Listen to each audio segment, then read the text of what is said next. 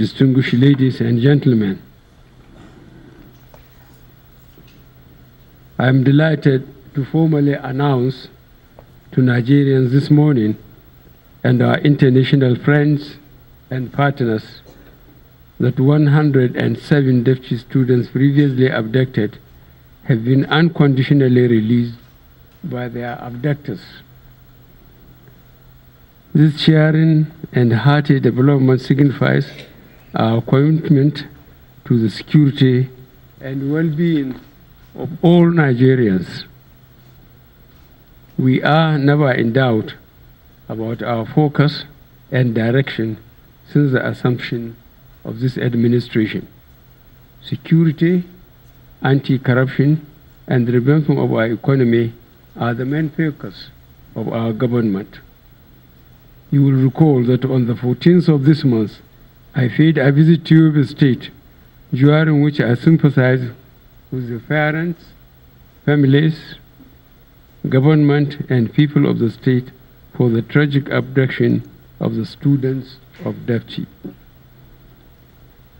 I made a solemn pledge on my word of honor that this administration would do everything possible to ensure the unconditional release of the girls.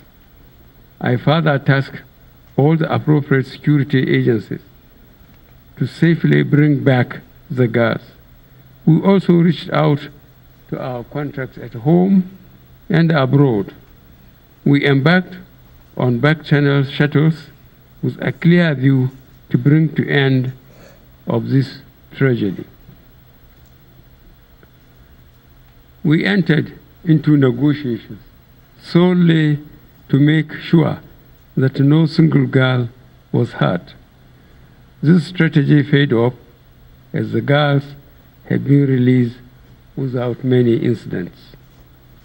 Let me emphasize our administration's commitment to the fight against terrorism and insurgency, and also call on all Nigerians to join in this task. The security services have since been directed to put in place further measures around all schools vulnerable to attacks to ensure the safety of our pupils, students, and teachers and school workers. I have tasked all the security agencies to work to ensure that we do not witness any reoccurrence of these incidents. Security chiefs have been warned in clear terms that any lapse on their part will be viewed seriously. To the rescued students, we want to assure you, as our daughters, that you will freely live and pursue your dreams in Nigeria of peace and order without fear of violence or molestation.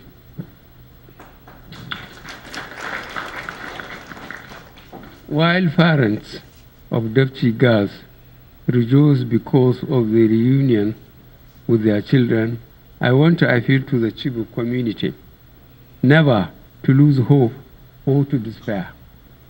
We are determined as never before to bring back our remaining Chibok daughters, and this we must accomplish, and that will be soon by God's grace.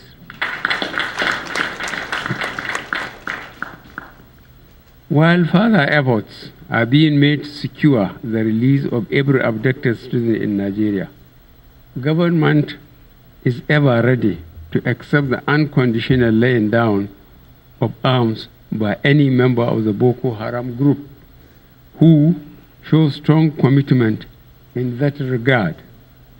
We are ready to rehabilitate and integrate such repentant members into the larger society. This country has suffered enough of hostility. Government is therefore appealing to all to embrace peace for the overall development of our people and the country.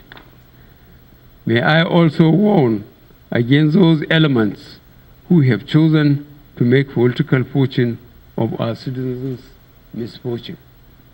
Government will not tolerate any attempt by any person or group to trivialize or politicize security issues for politically motivated ends. Accordingly, security agencies will not hesitate to decisively deal with such unscrupulous characters. Finally, I thank all Nigerians who, in spite of political differences, prayed and showed solidarity with families of the abducted students during the period of the abduction. This undoubtedly is the Nigerian spirit. We can and should sustain it beyond moments of sorrow. I remain thankful to the international community and our friends who offered varying degrees of assistance during the back-channel communications. May I, on behalf of the government and people of Nigeria, extend our appreciation to the security agencies for their loyal and tireless efforts in making this day a reality. Thank you, and may God bless us.